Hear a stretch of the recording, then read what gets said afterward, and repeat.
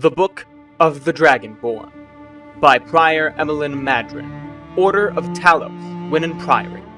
Year 360 of the Third Era, 21st of the reign of His Majesty Pelagius IV. Many people have heard the term Dragonborn. We are, of course, ruled by the Dragonborn Emperors, but the true meaning of the term is not commonly understood. For those of us in the Order of Talos, this is a subject near and dear to our hearts. And in this book, I will attempt to illuminate the history and significance of those known as the Dragonborn, passed down through the ages. Most scholars agree that the term was first used in connection with the Covenant of Akatosh, when the blessed Saint Alicia was given the Amulet of Kings, and the dragon fires in the Temple of the One were first lit. Akatosh, looking with pity upon the plight of men, drew precious blood from his own heart, and blessed Saint Alicia with this blood of dragons, and made a covenant that so long as Alicia's generations were true to the dragon blood, Akatosh would endeavor to seal tight the gates of oblivion, and to deny the armies of Daedra and undead to their enemies, the Daedra-loving aliens. Those blessed by Akatosh with the dragon blood became known more simply as Dragonborn. The connection with the rulers of the Empire was thus there from the beginning. Only those of the dragon blood were able to wear the Amulet of Kings and light the dragon fires. All the legitimate rulers of the Empire have been Dragonborn. The emperors and empresses of the first Cyrodiilic Empire founded by Alicia, Remen Cyrodiil and his heirs, and of course Tiber Septim and his heirs, down to our current emperor, His Majesty Pelagius Septim IV.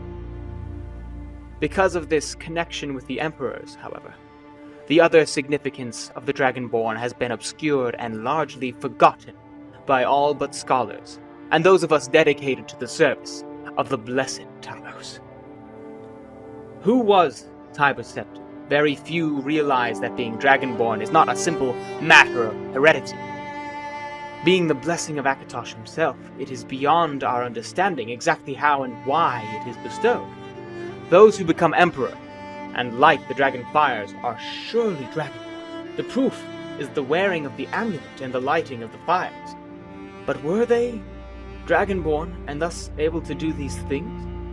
Or was the doing the sign of the blessing of Akatosh descending upon them? All that we can say is that it is both, and neither a divine mystery. The line of Septims have all been Dragonborn, of course, which is one reason the simplistic notion of it being hereditary has become so commonplace. But we know for certain that the early Cyrodiilic rulers were not all related. There is also no evidence that Remen Cyrodiil was descended from Alicia, although there are many legends that would make it so, most of them dating from the time of Remen and likely attempts to legitimize his rule. We know that the Blades, usually thought of as the Emperor's bodyguards, originated in Akaviri, crusaders who invaded Tamriel for obscure reasons in the late First Era. They appear to have been searching for a Dragonborn. The events at Pale Pass bear this out, and the Akaviri were the first to proclaim Remen Cyrodiil as Dragonborn. In fact, it was the Akaviri who did the most to promote his standing as emperor, although Remen himself never took that title in his lifetime. And of course, there is no known hereditary connection between Tiber Septim and any of the previous Dragonborn rulers of Tamriel. Whether there can be more than one Dragonborn at any time is another mystery. The emperors have done their best to dismiss this notion, but of course the imperial succession itself, there are two or more potential Dragonborn at any time, the current ruler and his or her heirs. The history of the Blades also hints at this, although little is known of their activities during the interregnum between Remen's empire and the rise of Tiber Septim. Many believe that the Blades continued to search out and guard those they believed were, or might be, Dragonborn during this time.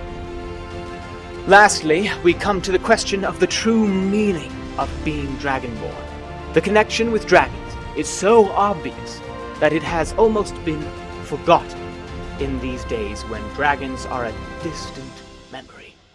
We forget that in the early days, being dragonborn meant having the dragon blood. Some scholars believe that was meant quite literally, although the exact significance is not known. The Nords tell tales of dragonborn heroes, who were great dragon slayers, able to steal the power of the dragons they killed. Indeed, it is well known that the Akaviri sought out and killed many dragons during their invasion, and there is some evidence that this continued after they became Remen Cyrodiil's dragon god. Again, the connection to dragons, the direct predecessor to the blades today. I leave you with what is known as the prophecy of the Dragonborn.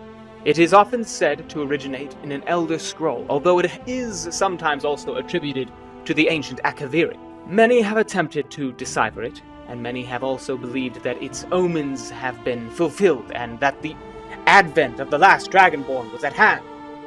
I make no such claims as an interpreter of the prophecy, but it does suggest that the true significance of Akatosh's gift to mortal kind has yet to be fully understood. When misrule takes its place at the 8 corners of the world, when the brass tower walks and time is reshaped, when the thrice-blessed fail and the red tower trembles, when the dragonborn ruler loses his throne and the white tower falls, when the snow tower lies asunder, kingless, bleeding, the World Eater awakes, and the wheel turns upon the last Dragonborn.